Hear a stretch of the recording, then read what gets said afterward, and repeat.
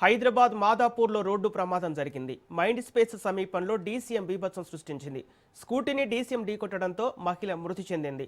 స్కూటీని kilometre వరకు DCM ఈడ్చుకెళ్లింది. స్థానికులు గమనించి డీసీఎంను అడ్డుకున్నారు. డీసీఎం డ్రైవరు పారిపోయాడు. ప్రమాదంలో మహిళ భర్తకు తీవ్ర గాయాలు కావడంతో ఆసుపత్రికి తరలించారు.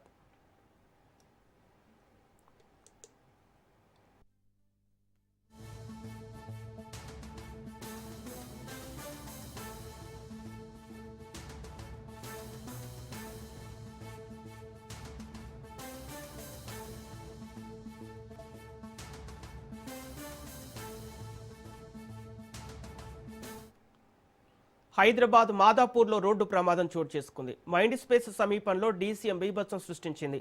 స్కూటీని డీసీఎం ఢీకొట్టడంతో మహిళ మృతి చెందింది. స్కూటీని కిలోమీటర్ వరకు డీసీఎం ఈడ్చుకెళ్లింది. స్థానికులు గమనించి డీసీఎంను అడ్డుకున్నారు. డీసీఎం డ్రైవరు పారిపోయాడు. ఈ ప్రమాదంలో మహిళ భర్తకు తీవ్ర గాయాలు కావడంతో ఆసుపత్రికి తరలించారు.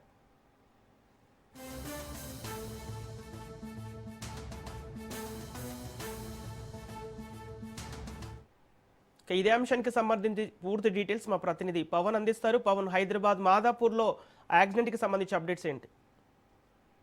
మాదాపూర్ పోలీస్ స్టేషన్ పరిధిలో ఈ యొక్క డీసీఎం బీభత్సం సృష్టించింది. నిన్న రాత్రి మైండ్ స్పేస్ నుంచి వస్తున్న డీసీఎం ఇద్దరు ద్విచక్ర వాహనం పైన కూడా ప్రయాణిస్తున్న వారి పైన దూసుకెళ్లిపోయింది. అయితే దూసుకెళ్లిపోయి దాదాపు 100 మీటర్ల వరకు అలాగనే వారిని ఈడ్చుకుంటూ వెళ్లిపోయిన పరిస్థితి చూస్తున్నాము. స్థానికులు గమనించి ఆ డీసీఎం ని ఆపి యొక్క డ్రైవర్ ని పట్టుకునే లోపే డ్రైవర్ కూడా పరారయ్యాడు. అతనికి సంబంధించిన క్లీనర్ మాత్రం పట్టుకొని పోలీసులకు అప్పగించారు. అయితే దంపతులు ఇద్దరు కూడా అయేషా దీనికి సంపాదించి ప్రధానంగా తెలుస్తుంది చనిపోయిన ఆమె సంబంధించిన వివరాలు. మరోవైపు భర్త అబ్దుల్ బాసిత్ వీరిద్దరు కూడా కేరళకు సంబంధించిన దంపతులుగా తెలుస్తుంది.